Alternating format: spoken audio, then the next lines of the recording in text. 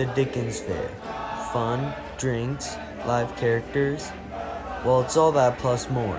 This event helps bring the Christmas energy to the Bay Area. From booths to trains to many events, this is a rarely known event that brings fun to those who enjoy the holiday spirit. It's loads of fun. I got 11 Christmas Eves, By the time real Christmas comes around, I'm like, I've had Christmas. It's tons of fun. And it's Christmas Eve. It's Christmas Eve eternally here. Every day we're open, it's Christmas Eve. Mrs. Boffin and Lee Skilling both said it best. There's nothing that says fun like Christmas. But how did this all begin? It's quite a creation. This comes out of the Patterson family started a Renaissance fair in the late 60s, I think it was.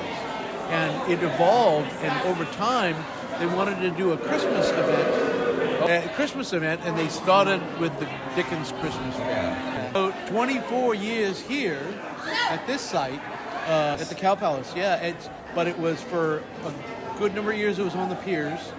A good number of years it was the Fox Theater in Oakland, right? Which was a very interesting place to be. The staging and all that was very different because it's a big balcony area, but magical. And it was in Sacramento for a few years as well. So it's moved around, but it's been here in the Cow Palace. It did have a hiatus of about almost 10 years.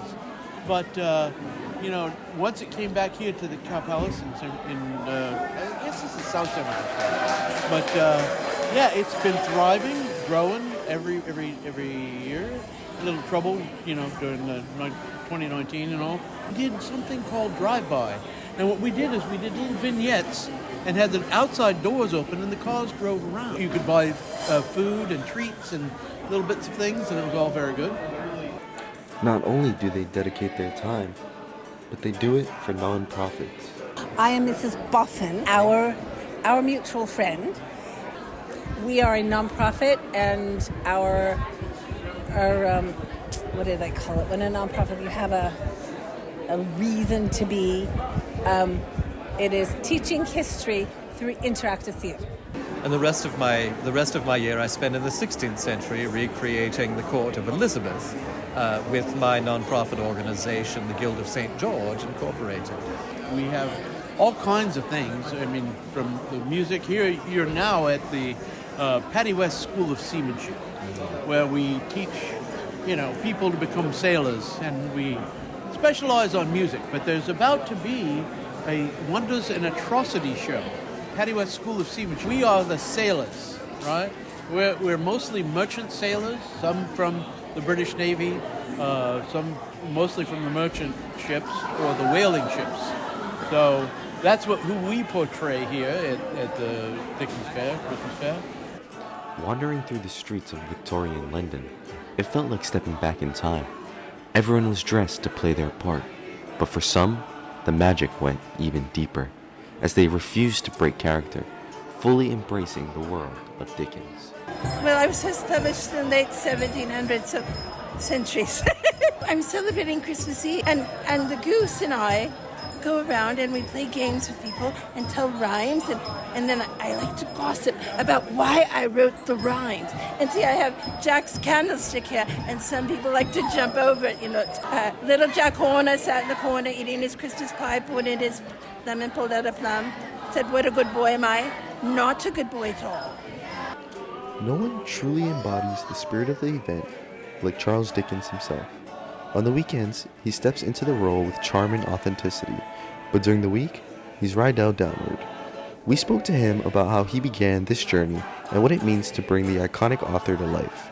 From there, we turn to Mrs. Boffin, who shares how A Christmas Carol helped revive the joy and traditions of the holiday season, creating the timeless celebration we cherish today.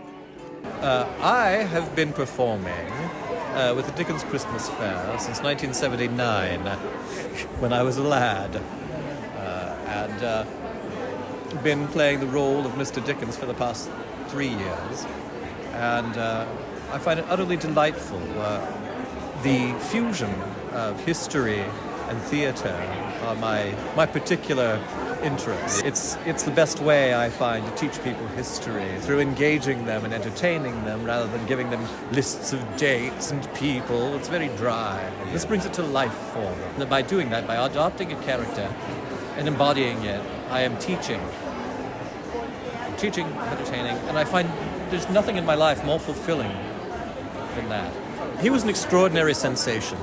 One of the first people you can name, at least in the British society, who was what you might call a celebrity. An utter smash hit. This is a replica of Mr. Dickens' Christmas Carol. He insisted that it have, this is not leather, but he wanted it to have a red leather cover with gold edges and colored illustrations. And his publisher said, oh God, no. So he did it himself and paid for it himself. And it turned out to be one of the most popular books ever, and was important about bringing about the resurgence of interest in Christmas.